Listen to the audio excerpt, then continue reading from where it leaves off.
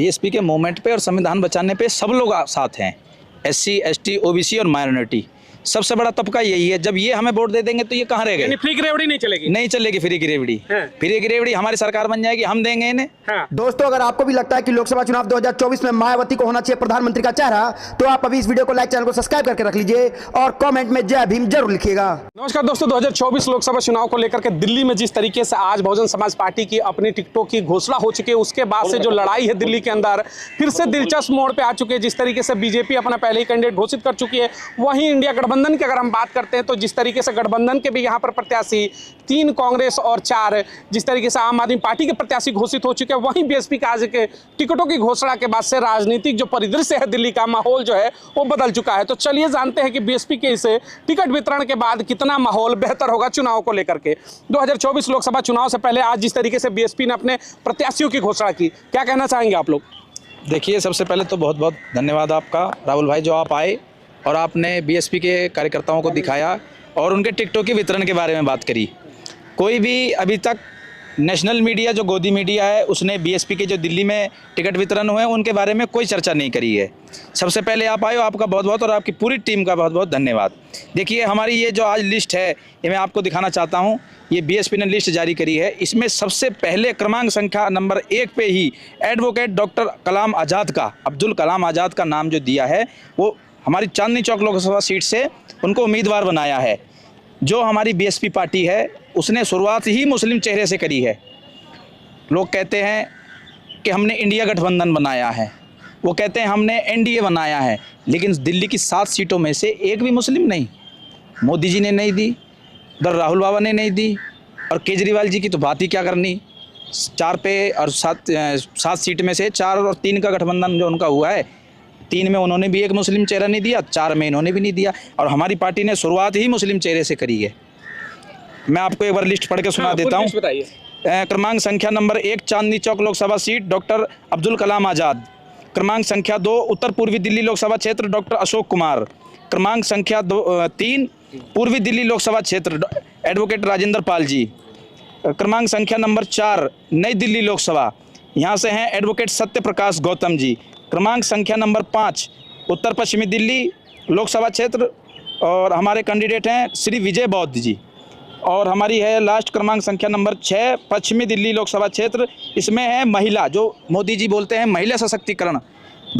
महिला सशक्तिकरण के लिए श्रीमती विशाखा आनंद जी को हमारे बहन जी ने 6 नंबर पे उनको टिकट दी है। यानी आप कहना चाहते हैं कि बार बार जिस तरीके से दलित मुस्लिम वोट बैंक की बात तो इंडिया गठबंधन भी करती है, बीजेपी करती है, लेकिन जब बात आती है टिकटों में वितरण की तो उसमें वरीयता दिया बसपा ने। जी, आप देख लीजिए, शुरुआत ही बसपा ने मुस्लिम चेहरे से करी है। बिल्कुल बिल्कुल बिल्कुल। इससे और ज्यादा बड़ा सबूत आप क्या दे सकते हैं? क्या कहना चाहेंगे जिस तरीके से उन्होंने कहा कि भाई शुरुआत जो हो चुकी है बीएसपी की, कहीं ना कहीं दलित मुस्लिम का जो फैक्टर है दिल्ली में, उसको टारगेट करके इस बार तमाम जो सीटें दी गई, लग रहा है कि फायदा होगा इस बार? देखो, सबसे पहले तो मैं आपका वेलकम करता हूँ राहुल भाई, जो आप यहाँ पर आए, बीएसपी के कार्यकर्ताओं को मौका दिया है। सबसे पहले बीएसपी जो बहुजन समाज पार्टी हमारी भारत की 3रे नंबर की पार्टी है, राष्ट्रीय पार्टी, और हमारी पार्टी किसी को भी भेदभाव नहीं करती है, सबका मान सम्मान रखती है। और सबसे पहले मुस्लिम चेहरा यहाँ पर लेके आई है, और महिला। और जैसे कि आप देखते हो कि मोदी मीडिया वो अभी तक मुस्लिम चेहरा उसने अभी तक नहीं उतारा है। सबसे बड़ी तो कमी यही है। और हमारी बहन जी की बहुत अच्छी खासियत बात है कि यहाँ पर बहन जी हमारी कोई भी मतलब इसमें वैसा नहीं करती है कि मुस्लिम चेहरा उन्होंने उतारा है यहाँ पर। क्या कहना चाहेंगे जो तमाम प्रत्याशी हैं, इस बार लग रहा है कि दिल्ली की जो चुनाव है उसमें बढ़िया आप लोग लड़ाई दे पाएंगे, जहाँ भारतीय जनता पार्टी और गठबंधन के यहाँ पर प्रत्याशी हैं, बीएसपी के प्रत्याशी कितने कारगर होंगे? देखो, यहाँ पर बीएसपी के जो कार्यकर्ता हैं पूरी मेहनत से 7 सीट पे पूरी मेहनत से लड़ रहे हैं, और बहुत जल्दी हम रिजल्ट भी बहुत अच्छा लाएंगे, और 7 सीटें में से हमारी बहुत अच्छे रिजल्ट भी आएंगे। रिजल्ट बहुत अच्छे आएंगे। क्या कहेंगे सर, 7 सीटों की घोषणा हो चुकी है, अब लड़ाई लग रहा है कि बेहतर करेगी बीएसपी? नहीं, बीएसपी एक पहले से भी मजबूत थी, अब और मजबूत हुई, क्योंकि हमारी पार्टी है ना सर्वजन हिताय सर्वजन सुखाय की मानने वाली पार्टी है। इसलिए बहन जी ने सभी को, मतलब पहले नंबर पर तो बहुत मुस्लिम चेहरे को मौका दिया है, और जबकि कांग्रेस, आम आदमी पार्टी भी, बीजेपी, किसी ने भी मुस्लिम चेहरे को मौका नहीं दिया। यानी कि जो ये दलित मुस्लिम फैक्टर है, लग रहा है कि इस बार समर्थन रहेगा, दिल्ली में बेहतर परफॉर्म करेंगे आप लोग? बिल्कुल सबको। अब ये कल परसों और सुना है कि ये दक्षिण दिल्ली दक्षिणी दिल्ली में हाँ। यहाँ भी मुस्लिम चेहरे का मतलब मौका मिलने की संभावना है। प्रत्याशियों की घोषणा होगी, क्या लग रहा है दिल्ली की 7 सीटों पर क्या माहौल रहेगा बीएसपी को लेकर? माहौल जनाब बहुत अच्छा रहेगा। इस समय भारत के अंदर 2 ही पार्टी चुनाव लड़ रही हैं, एक संविधान बचाने वाली और एक संविधान हटाने वाली। बहुजन समाज पार्टी संविधान के साथ है, संविधान को हर हालत में बचाना है। और मेरा इस संगम बिहार की धरती से इन नागपुरी संतरों को सीधा संदेश है, अगर तुमने माँ का दूध पिया है तो संविधान की तरफ हाथ करके देख लेना। 2 अप्रैल 2018 दिखा देंगे, घर में घुस के मारेंगे अब की बार। ये एक बड़ी बात कही कि भाई संविधान को लेकर के उनके बड़े बड़े नेता कहते हैं कि 400 सीटें ला दो, संविधान पर भी विचार करेंगे, यानी बदलने तक की बात होने लगी है। ये मुद्दा होगा इस बार दिल्ली में लोकसभा में। सबसे पहला मुद्दा यही प्रचार करेंगे हम कि संविधान बचाना है। अच्छा, यही प्रचार होगा कि संविधान बचाना है। और इसके लिए SC ST OBC माइनॉरिटी पूरी तरह से तैयार है संविधान बचाने के लिए। सिर्फ 15% जो नारंगी खड़मल है वो ही चाहते हैं कि संविधान बदले। यानी कि दिल्ली में इस बार लोकसभा चुनाव में बड़ा मुद्दा होगा संविधान बचाने का, यही प्रचार होगा हमारा। संविधान की लड़ाई सिर्फ 7 सीटों में क्या इसका प्रभाव पड़ेगा? बहुत बड़ा प्रभाव पड़ेगा। आप भी यही होंगे, हम भी यही होंगे। कितनी सीटों पर उम्मीद लग रही है कि इस पर बसपा निकालेगी यहाँ से 7 में से? देखो, सीट की तो मैं नहीं कह सकता, बहुत बड़े बड़े क्षेत्र हैं, 10-10 विधानसभाएं हैं, लेकिन मार्जिन बहुत अच्छा होगा हमारा अब की बार। यानी लड़ाई तगड़ी होने वाली, बहुत तगड़ी लड़ाई। क्या कहेंगे सर, थोड़ा आगे आ जाइए। जिस तरीके से बार बार संविधान को लेकर के भी चर्चाएं हुई कि भाई 400 सीट लाओ, संविधान पर सोचेंगे, क्या इस बार की जो चुनाव है दिल्ली का संविधान बचाने की लड़ाई होगी? बिल्कुल राहुल जी, ये जो 2024 का चुनाव है ये बिल्कुल संविधान बचाने का चुनाव है। इसमें चुनाव जो है ये बिल्कुल 10 सालों में देखिए आप हुआ क्या है, 10 सालों में हुआ क्या है, हुआ ये है इन्होंने जो सत्ता में जो भी मंत्री जो अपने बिठा रखे हैं वो पूरा RSS का गठबंधन इस हिसाब से बिठा रखे थे आदमी कि वो सारे के सारे जो भी इतनी संवैधानिक पोस्टें हैं वो सारी संवैधानिक पोस्टों पर इनके बीजेपी के आदमी बैठे हुए थे। ठीक है, उसी हिसाब से इन्होंने क्या करा, 10 सालों में अपने काम निकलवाए उनसे, उसके बाद में किसी को टिकट नहीं दिया। आप देख रहे होंगे ये चीजें, ये पूरा देश, पूरे भारत में इस टाइम BSP का और बीजेपी इन 2 में चुनाव है। इंडिया गठबंधन कहीं आपको दिखाई नहीं, इंडिया गठबंधन कहीं नहीं है, लड़ाई बीजेपी और BSP की। बिल्कुल, इंडिया गठबंधन के साथ जितने भी आदमी अभी आपको जो दिखाई देंगे, जिस टाइम संविधान की बात आएगी तो BSP आगे आएगी। आप देखना इंडिया गठबंधन और बीजेपी आपको कहीं दिखाई नहीं देंगे।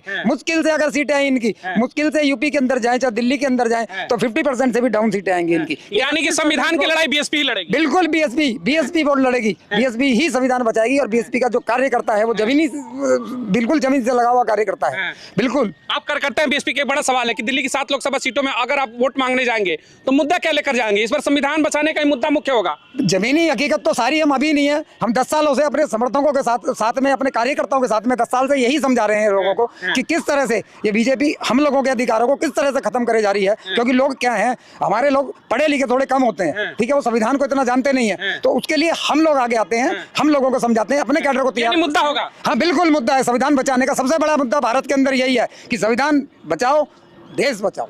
आज जिस तरीके से टिकटॉक घोषणा के बाद सबसे बड़ा देखिए सवाल है कि किस मुद्दे पर बसपा लड़ेगी, तो आपके हिसाब से मुद्दा क्या होगा? तमाम और मुद्दे हैं, रोजगार का मुद्दा है या फिर महिला सुरक्षा का बात है, या फिर आपको भी लग रहा है कि सबसे बड़ा मुद्दा होगा संविधान बचाने की? देखिए, मुद्दे तो कई सारे हैं, लेकिन उसमें जो सबसे विकराल रूप से और प्रमुख रूप से उभर के आ रहा है वो संविधान बचाने का ही मुद्दा है। बाकी मुद्दा तो शिक्षा का भी है, रोजगार का भी है, जो गारंटी दी थी हर साल 2 करोड़ रोजगार, कहाँ है वो भी मुद्दे हैं। लेकिन मुख्यतः जो हमारा मुद्दा रहेगा वो संविधान बचाने का मुद्दा रहेगा। आप देख लीजिए, हम आज दक्षिणी दिल्ली लोकसभा में खड़े हैं, आप इस पार्क का हाल देख लीजिए, जिस हम पार्क में घूम रहे हैं आज, इस पार्क का हाल देख लीजिए।